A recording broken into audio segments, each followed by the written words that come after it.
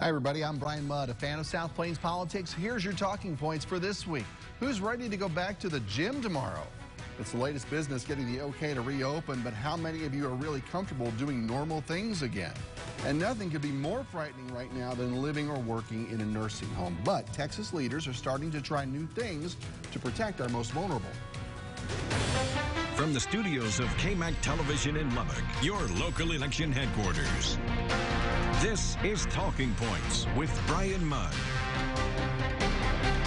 And thanks for joining us, everybody. Also this week, questions and answers. Our politicians have to make really tough decisions, especially in times like these. So political polling is important, not necessarily because it sways their choices, but it does give them a sense of what fires they'll have to put out with voters. Now, I'm not one that trusts a lot of these because, frankly, there's a big part of our population that would never pick up the phone when a polling company calls. But it's a reference point. And we've done some new Texas polling through our friends at Emerson College. A lot about what you're thinking in the middle of the virus outbreak. And here's a few that caught my eye. How would you rate the federal government's response to the coronavirus in Texas? 45% say they've helped too little. 41% say it's okay. And as far as business reopening, I thought these were interesting. Would you feel comfortable going to a restaurant with spacing precautions? 60% of you say no. And gyms opening tomorrow. Would you feel comfortable going to the gym with spacing precautions? 68% no. Still some work for those business owners to prove their safety.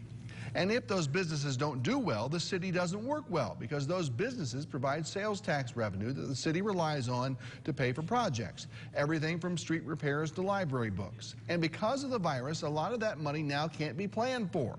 In Lubbock, 30 companies generate 30% of the annual sales tax revenue. Of those 30, 25 expect minor disruptions in tax money. 3 expect major sales tax losses of over $100,000 each. So what does the city do? Well, they've actually had a plan together for months. We talked about this a little bit last week, but I thought we should be more clear this week with our Alyssa Tejas. Coming at full force, the coronavirus has changed the course for just about everything, including the city's budget. With non-essential businesses closed for several weeks and others making adjustments and losing revenue, the city is feeling the pinch, especially when it comes to sales tax. Less spending equals less tax dollars that come in through sales tax. Sales taxes make up a majority of the city's general funds. To prepare for that loss, the city has come up with a COVID-19 budgetary response in March. Really what we've done is kind of a 3-phase approach to this. The first phase is a hiring freeze. So if there are vacant seats within the city, those won't be filled unless those positions are in public safety and public health. The second is an immediate freeze on general fund discretionary budget spending. Expenses such as training and travel, a lot of supplies. And finally, phase 3, an immediate freeze on selected cash-funded capital, meaning the city will hold off on projects such as parks and golf courses. About $7.1 million in expense reductions. Still, the city is doing better than they had anticipated, looking at the budget from a conservative standpoint. They were expecting a 10% loss in revenue compared to last year, but only saw a 5% decrease. The spending was a lot higher than what we were projecting. The budgetary response will remain in effect until the end of the fiscal year and do anticipate some recovery. But at this time, Kostelich says he doesn't know when this will be or what that will look like. But the city remains optimistic. And especially with the reserves we've got, I believe that we're in very good shape. All right, that is our Alyssa Tejas reporting. Lubbock Congressman Jody Arrington is back in Washington, and as we speak, boss, you're waiting, I know, on a vote on what's called the HEROES Act. It's a Democratic stimulus plan. I think a lot of folks are going to look at this and say, hey, great, another cash payment for Americans, but this is not exactly like the previous stimulus packages we've seen here, right? Brian, it's nothing like it. I mean, we didn't have a single Republican consulted.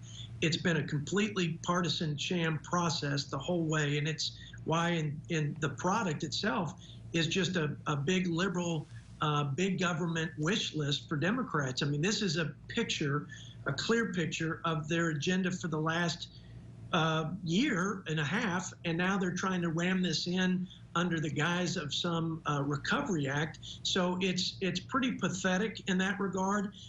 It's a futile exercise because it'll die in the Senate, but it has a litany of bad policies, from paying cash to illegal immigrants, to amnesty programs, to environmental justice grants, to propagate the energy poverty Green New Deal programs. I mean, I've got a whole list of things. One of the big problems right now in recovery is that the unemployment benefits actually pay people more than what they earned in their job prior to COVID. Right. And the only way to get them back is to bring those barriers down some. They're extending those for several months. And again, these are just a few examples of the liberal agenda that's being advanced here with really no respect to the real needs on the ground. Yeah, and even with that, all that, what about the timing for this? Because from what I can tell, a lot of the money from the last stimulus still hasn't even gone out yet. How do we know what we really need at this point? Yeah, look, this is $3 trillion. Our first care package that we sent out with the Lifeline for small businesses, with the healthcare frontline workers, the support for families for medical and family leave, and the things that we did at the beginning of this, most of that money, cities and states included, has not been spent. We've allocated, we've appropriated, but for example, the state and city fund for COVID-related expenses, that hasn't even been distributed through Texas. It's there in the governor's office. They're working that process. So look, after that money is out and we know where the gaps are, and there certainly will be a gap or two, then we should come back and convene and work in a bipartisan way to fill those gaps and to continue to facilitate the reopening of our country and the economic recovery. But yeah, this is premature, it's irresponsible, and many of the provisions in there have nothing to do with the recovery from COVID. You know, in Lubbock, city leaders are starting to freeze spending in spots. Different Texas state departments are preparing for budget cuts. Is Congress thinking yet about how to deal with the new budget shortfalls we're going to have and the debt because of all of this?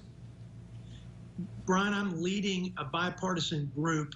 We have about 12 Democrats and 12 Republicans where we are fashioning a letter with a few proposals that we've agreed on that we're going to implore our leadership to include in any legislation going forward that will force Congress to deal with this unbelievable deficit spending, now almost $4 trillion, and a debt to GDP that's the highest in the history of the United States, surpassing World War II at 104% of debt to GDP. And so we're on a trajectory where we will have the next crisis be a sovereign debt crisis, that you cannot print money, you cannot borrow money to bail yourself out. So I'm working to lead that effort. We've got a leadership letter ready, and we've got buy-in from both parties, people from both sides of the aisle, which means, you know, it has a chance of being implemented and forcing Congress to do what everyday Americans and their businesses, every state and local governments do, and that's manage their fiscal affairs and live within their means, and we're certainly way beyond that at this point. There have been calls for better regulation of our nursing homes for years with kind of mixed results at best. Is that something that could come out of this at the federal level once we get through some more of this, ensuring some better care for those folks? Well, I hope so. I think that long-term care facilities, there's an issue there for sustainability because we have 10,000 baby boomers retiring every day. So along with Social Security, Medicare, long-term facilities are going to be an issue. So any new protocols that will help keep them safer and healthier and protect our precious seniors is a good thing. There are a lot of good things that are going to come out of this, by the way. I mean, taking on the supply chain dysfunctions and the dependency on China, hopefully dealing with this debt now that we have the highest debt load in the history. There'll be a number of things. We've relaxed regulations where clearly it didn't make sense. We've clearly empowered the private sector to innovate our way through this in terms of testing and drug development. Banks, the community banks have done an amazing job getting this money out in the hands of the employers and job creators so that they could keep people on the payroll and not on unemployment. Now, the SBA could have never done that. So there's just should be a renewed sense of faith and optimism in the free enterprise system and empowering that with freer markets, less regulations. And so I think that across the board, there's some positive things. We're leveraging technology in healthcare, And we've been talking about telehealth and telemedicine for years, but there's always been these government barriers to that. Now that's wide open, and it's making a difference. And I hope those are things that are here to stay for the long term. Love to end it on a positive note. Lubbock Congressman Jody Arrington. Keep swinging for us, my friend. We'll talk to you soon. Good to see you, Brian.